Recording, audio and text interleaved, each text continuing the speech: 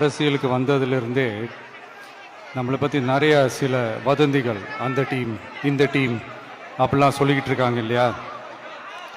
ஆனால் இவர் எந்த டீமும் கிடையாது, மக்களுடைய டீம், பீப்புள்ஸ் டீம் அப்படின்னு எல்லாருக்கும் தெரிஞ்சதுக்கப்புறம் வேற என்ன அவதூறு பரப்பலாம் இவர் மேலே அப்படின்ட்டு ட்ரை பண்ணி எல்லாமே அவங்களுக்கு ஒர்க் அவுட் ஆகலை. ஸோ கடைசியில் என்னதான் இந்த விஜயை பண்ணலாம் அப்படின்னு நினைக்கும் போது தான் இந்த கூட்டணி அந்த கூட்டணிலாம் சேர போகிறாரு அப்படின்ட்டு ஒரு பொய்யான ஒரு பிரச்சாரத்தை பண்ணிக்கிட்டு இருந்தாங்க. இந்த நியூஸ் எல்லாம் கேட்டு நீங்கள் கொஞ்சம் கன்ஃபியூஸ் ஆகிருப்பீங்க. அதனால் இங்கே மறுபடியும் ஓப்பனாக தெளிவாக ஒரு விஷயத்தை நான் சொல்கிறேன்.